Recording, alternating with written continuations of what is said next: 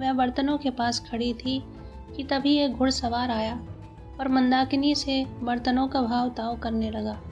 मंदाकिनी खिन्न सी खड़ी थी, पर उसने अश्वारोही को बर्तनों का मूल्य बता दिया।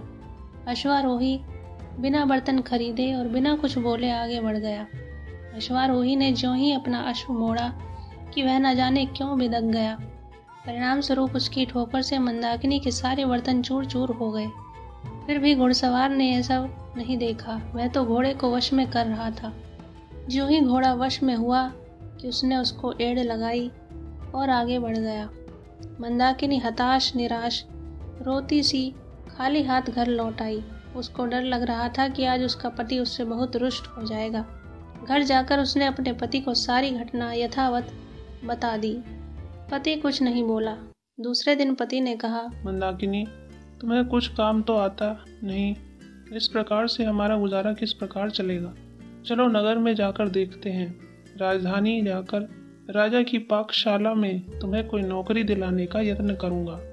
तुम्हारा काम बन जाएगा तो फिर मैं अपने लिए भी कोई काम ढूंढ लूँगा।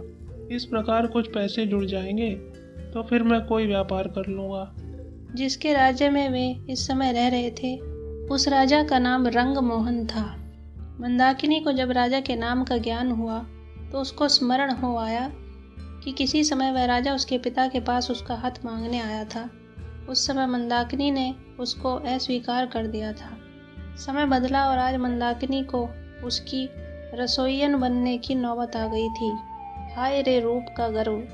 राज रानी बनने वाली को रसोइयन बनना पड़ रहा था। प्रयत्न करने पर मंदाकिनी को राजा की पाकशाला में नौकरी मिल गई। उसकी जब व्यवस्था हो गई तो उसका पति अपने लिए कोई काम ढूंढने चल दिया। दिन निकलते रहे और समय अनुसार मंदाकिनी का गर्व भी चूर होता चला जा रहा था। अब उसके व्यवहार में नम्रता भी आने लगी थी। परिणाम स्वरूप रसोई घर की स्वामिनी उसके व्यवहार से प्रसन्न रहने लगी थी। वसंत पंचमी का त्योहार आया। उस दिन की विशेषता यह थी कि वह राजा का जन्मदिन था। उस दिन राजा अपने सभी दास दासियों को अपने पास बुलाकर उन्हें पुरस्कार दिया करता था। इस प्रकार एक एक कर सब दास दासियां उसके पास जाकर पुरस्कार लेने लगीं। मंदाकिनी को भी उपस्थित होना ही पड़ा। उसका नाम सबसे अंत में पुकारा गया था। जब वह राजा के सम्मुख जाकर खड़ी हुई तो आश्चर्य से राजा बोला, मंदाकिनी, मैं तुम्हारे काम की प्रशंसा सुन चुका हूँ। मैं तुमसे प्रसन्न हूँ और तुम्हें अपनी राजरानी बनाना चाहता हूँ। यह सुनते ही मंदाकिनी तो चौंक गई, फिर शीघ्र ही संभल कर बोली, महाराज, आपको ऐसी अधर्म की बात नहीं करनी चाहिए। आप मेरा अपमान कर रहे हैं। आपको विदित है कि मैं विवाहित हूँ। क्या हुआ यदि हम निर्धन हैं या मेरा पति पहले भिखारी था, किंतु मेरा तो वही सर्वस्व है। हाँ, यदि आप मुझ पर प्रसन्न हैं तो मुझ पर उपकार कर किसी प्रकार मेरे पति का पता लगाकर उन्हें यहाँ बुलवा दीजिए। मैं यह पाकशाला छोड़कर उनके साथ चली जाऊंगी। राजा ने उसको वहीं खड़े रहने को कहा और स्वयं भीतर चला गया। थोड़ी देर बाद वही भिखारी उसी प्रकार के चीथड़ों में बाहर निकल कर आया। मंदाकिनी उसे देखते ही दौड़कर उसके चरणों में गिर पड़ी। भिखारी मुस्कुराया और बोला, मंदाकिनी, जरा मुझे ध्यान से तो देखो। तुम्हें मुझ में और राजा में कुछ समानता दिखाई देती है? भेद खुल गया। भिखारी के वेश में स्वयं राजा रंगमोहन वहां बैठा था।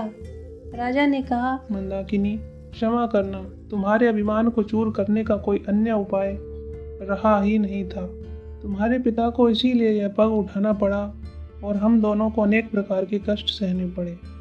मंदाकिनी सब समझ गई और बोली, उस दिन मेरे मिट्टी के बर्तनों को तोड़ने वाले घुड़सवार भी आप ही थे? हाँ, वह भी मैं ही था। मैं देखना चाह रहा था कि तुम्हें अभी नम्रता का व्यवहार करना आया कि नहीं। प्रसन्नता भरे व्यंग से मंदाकिनी बोली, बड़ा दुख दिया आपने मुझे। दुख मैंने नहीं दिया, तुमने मुझे दिया है। यदि तुमने सीधी तरह मुझसे विवाह करना स्वीकार कर लिया होता तो फिर यह नौबत कहाँ आती। मंदाकिनी झेंप गई और उसका गर्व चूर्ण हो गया था।